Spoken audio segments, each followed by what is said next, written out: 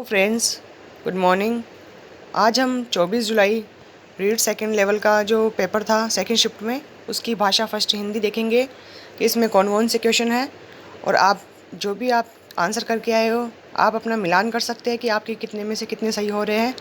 तो देखते हैं, शुरू करते हैं। इसका 31वां क्वेश्चन है, शिक्षण उपागम में कित एवं प्रोफेसर एलन का महत्वपूर्ण योगदान है। इसके ऑप्शन है सूक्ष्म शिक्षण, व्याख्यान शिक्षण, पाठ योजना, बेसिक शिक्षण। तो जो इसका सही आंसर है क्या होगा? विकल्प ए, सूक्ष्म शिक्षण। अगला है, इस काल में मानसिक विकास तेज गति से होता है। कल्पना, चिंतन, तर्क शक्तियाँ बढ़ती है और अमूर्त चिंतन करने लगते हैं। तो देखिए यहाँ पे अमूर्त चिंतन आ रहा है, और अमूर्त चिंतन है वह किससे संबंधित है? किशोर अवस्था से। तो इसका राइट आंसर क्या हो जाएगा? किशोर काल के लिए, विकल्प सी।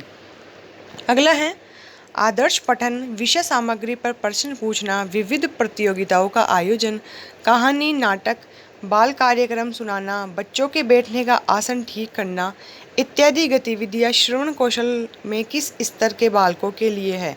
तो इसके विकल्प है शैशव स्तर, उच्च प्राथमिक स्तर, प्रौढ़ शिक्षण स्तर, महाविद्यालय शिक्षण स्तर।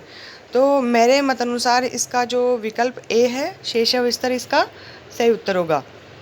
अगला है, बच्चों के लिए भाषा सीखने का सर्वोत्तम समय होता है 6 से 9 वर्ष आयु वर्ग, 12 से 15 वर्ष आयु वर्ग, 18 से 21 वर्ष आयु वर्ग, 21 से 24 वर्ष आयु वर्ग। तो इसका जो सही उत्तर है क्या होगा? विकल्प ए, 6 से 9 वर्ष आयु वर्ग।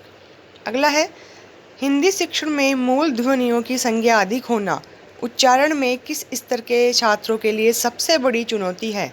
इसके विकल्प है किशोर स्तर पर, युवा स्तर पर, शिशु स्तर पर, प्रौढ़ स्तर पर। तो देखिए, आप जो भी इसका आंसर करके आए हैं, आप हमें कमेंट में ज़रूर बताइएगा कि आपने इसका क्या किया है। अगला है, पाठ्य पुस्तकों के आंतरिक तत्वों में से भिन्न तत्व है। इसके ऑप्शन है भाषा शैली, विषय सामग्री, उच्चारण शैली। तो जो विकल्प डी, उच्चारण शैली है, ये इसका आंतरिक तत्व नहीं है। अगला है, तुलसीकृत ग्रंथों के नाम लिखिए, प्रश्न का कौन सा प्रकार है? तो यहाँ पे विकल्प है इसके बहुविकल्पीय, लघुत्तरण, निबंधात्मक, वर्गीकृत। तो जो तुलसीकृत ग्रंथों के नाम बताने थे यहाँ पे, तो ये कौन सा प्रश्न हो जाएगा? लघुत्तर प्रश्न। अगला है, निम्नलिखित शब्दों में प्रश्न पत्र की असंगत विशेषता वाला गुण है। विश्वसनीयता, वैधता, अति व्यापकता, व्यावहारिकता। तो जो विकल्प सी है, अति व्यापकता, इसका सही आंसर हो जाएगा। नेक्स्ट है, सतत एवं व्यापक मूल्यांकन प्रणाली उपयुक्त है, परंतु यह लाभकार तभी हो सकती है जब, इसके ऑप्शन है मूल्यांकन पक्षपात रहित हो, आंतरिक मूल्यांकन व वार्षिक परीक्षा के प्राप्तांक अलग अलग दर्शाए, शिक्षकों, छात्रों एवं अभिभावकों की समय समय पर चर्चाएं न हो, छात्रों पर वर्षभर परीक्षा का तनाव बने जिससे पढ़ते रहे, शिक्षक व छात्र दोनों परीक्षाओं में व्यस्त रहे जिससे अच्छे अंक प्राप्त करें।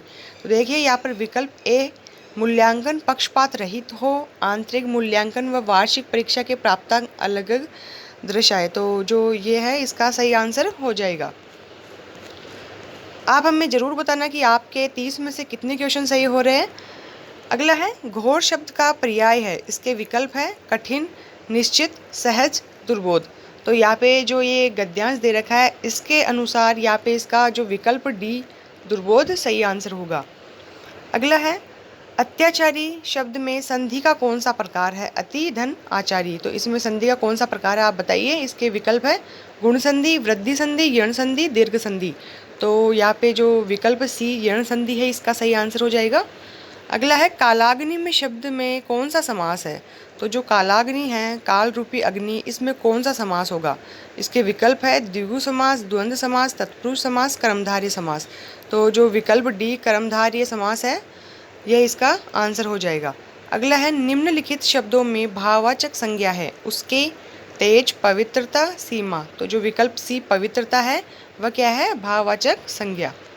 नेक्स्ट है, निम्नलिखित शब्दों में अव्यव शब्द है, कुछ, मनुष्य, सात्विक, छाया। विकल्प ए कुछ है, वह क्या है? अव्यव शब्द। अगला है, बहुत दूर तक और बहुत काल से पीड़ा पहुंचाते चले आते हुए किसी घोर अत्याचारी का बना रहना ही लोग की क्षमा सीमा है। वाक्य में रेखांकित शब्द में विशेषण का कौन सा प्रकार है? यहाँ पे विकल्प है गुणवाचक विशेषण, निश्चित परिणामवाचक विशेषण, अनिश्चित परिणामवाचक विशेषण, संकेतवाचक विशेषण। तो यहाँ पे कौन सा सही उत्तर हो जाएगा इसका? अनिश्चित परिणामवाचक विशेषण। नेक्स्ट है शिथिलता शब्द में प्रत्यय का कौन सा प्रकार है? यहाँ पर ऑप्शन है कर्मवाचक कृत प्रत्यय, करणवाचक कृत प्रत्यय, भाववाचक तद्धित प्रत्यय, क्रियावाचक कृत प्रत्यय। तो शिथिलता है वो कौन सा है? भाववाचक तद्धित प्रत्यय। नेक्स्ट है वह भाव जिसमें सत्व गुण प्रबल हो। वाक्य के लिए एक शब्द कौन सा है? यहाँ पे विकल्प है सात्विक, सात्विकी, सात्यकी, सात्वत। तो जो सत्वगुण प्रबल हो कौन सा हो जाएगा? विकल्प ए सात्विक। अगला है कोप शब्द का विलोम शब्द है। यहाँ पर इसके ऑप्शन है रोष, कुपित, कोपन, कृपा। तो कोप का विलोम क्या हो जाएगा? कृपा। अगला है उद उपसर्ग वाला शब्द है। उत्साह, उपहार, आदेश, दुर्गुण। तो जो उद उपसर्ग है वो किस में है? विकल्प ए उत्साह में। 50वां प्रश्न है इसका विद्यार्थी इसके हृदय में अचिंतनीय और अद्भुत आध्यात्मिक भावों की वृष्टि करता है। निम्नलिखित वाक्यों में रेखांकित पद से भिन्न अर्थ रखने वाला वाक्य है। यहाँ पर इसके विकल्प है परमात्मा से संबंध रखने वाला, आत्मा संबंधी ज्ञान, आत्मा परमात्मा से संबंध रखने वाला। इसका अंतिम विकल्प है दुखपूर्ण प्रत्यय स्मरण। तो जो विकल्प सी है आत्मा परमात्मा से संबंध रखने वाला, इसका सही आंसर हो जाएगा। अगला है निम्नलिखित शब्दों में बहुवचन है। तो बहुवचन कौन सा इसमें आपको ये बताना है। इसके विकल्प है वृष्टि, जल, रातें, गाय। तो विकल्प सी रातें है वो क्या है? बहुवचन शब्द। नेक्स्ट है धोखा यह किसी को नहीं देता। वाक्य किस काल का है? अपूर्ण भूत, सामान्य भविष्यत काल, सामान्य भूतकाल, वर्तमान काल। तो जो विकल्प डी है वर्तमान काल, इसका सही आंसर हो जाएगा। अगला है निम्नलिखित शब्दों में भिन्न लिंग का उदाहरण है। साधु, प्रकृति, चंद्रमा, जवान। तो यहाँ पे प्रकृति है वह स्त्रीलिंग है, जबकि जो अन्य 3 विकल्प है ये क्या है? पुल्लिंग। तो आपका जो सही आंसर है क्या हो जाएगा? विकल्प बी प्रकृति। 54 प्रश्न है इसका साय और प्रातः, दिन और रात विधाता इसके हृदय में अचिंतनीय और अद्भुत आध्यात्मिक भावों की वृष्टि करता है। वाक्य में रेखांकित शब्द का विपरीत लिंग क्या होगा? यहाँ पर इसके विकल्प है विधात्री, विधान, विधानी, विधारा। तो विकल्प ए विधात्री इसका सही आंसर हो जाएगा। नेक्स्ट है ये प्रकृति के जवान साधु है। वाक्य को पूर्ण भूतकाल में बदलने पर वाक्य होगा। तो इसके विकल्प है ये प्रकृति के जवान साधु होंगे, ये प्रकृति के जवान साधु बने, ये प्रकृति के जवान साधु हो गए, ये शायद प्रकृति के जवान साधु रहे होंगे। तो यहाँ पे विकल्प सी ये प्रकृति के जवान साधु हो गए, इसका सही आंसर होगा। नेक्स्ट है निम्नलिखित वाक्यों में विधानात्मक वाक्य है। जो विधानात्मक वाक्य है वो आपको बताना है कि इसमें कौन सा है। शगुन मेरी सहेली है, आप कहाँ जा रहे हैं? अनुष्का अपना कमरा साफ करो, अरे यह क्या हो गया? तो यहाँ पे जो विधानात्मक वाक्य है कौन सा है? विकल्प ए शगुन मेरी सहेली है। नेक्स्ट है रचना के आधार पर वाक्यों में से भिन्न वाक्य कौन सा है? तो आपको रचना के आधार पर जो वाक्य है उससे भिन्न वाक्य बताना है। इसमें 3 जो वाक्य है वो रचना के आधार पर है, बाकी का जो 1 है वह इसका सही आंसर नहीं है।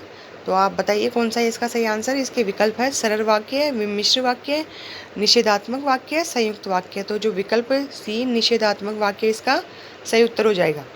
नेक्स्ट है भूला दुख दर्द याद आना अर्थ को प्रकट करने वाला मुहावरा है। घाव हरा होना, घड़े पानी पड़ना, घर फूंक कर तमाशा देखना, घास काटना। तो विकल्प ए घाव हरा होना इसका सही उत्तर हो जाएगा। नेक्स्ट है आग का अंधा गाठ का पूरा लोकोक्ति का अर्थ है जानबूझकर विपत्ति मोल लेना, पूर्णतः बंधन रहित, सब और कष्ट ही कष्ट होना, बुद्धिहीन किंतु संपन्न। तो जो इसका विकल्प डी बुद्धिहीन किंतु संपन्न ही इसका सही उत्तर होगा। इसका अंतिम प्रश्न है मात्रेतर भाषाओं के शिक्षण की प्राचीन विधियों में से भिन्न विधि कौन सी है? तो यहाँ पे आपको भिन्न विधि बतानी है। तो देखिए अभी इसका आंसर कंफर्म पता नहीं है, क्योंकि मैं जब तक आपको आंसर नहीं बता सकती तब तक मुझे कंफर्म पता ना हो, क्योंकि इसमें थोड़ा डाउटफुल है। तो आप अगर आपको इसका सही आंसर पता हो तो आप हमें कमेंट में ज़रूर बताइएगा। और अगर आपको हमारा वीडियो पसंद आया तो आप हमारे चैनल को लाइक, शेयर और सब्सक्राइब ज़रूर कीजिएगा। धन्यवाद।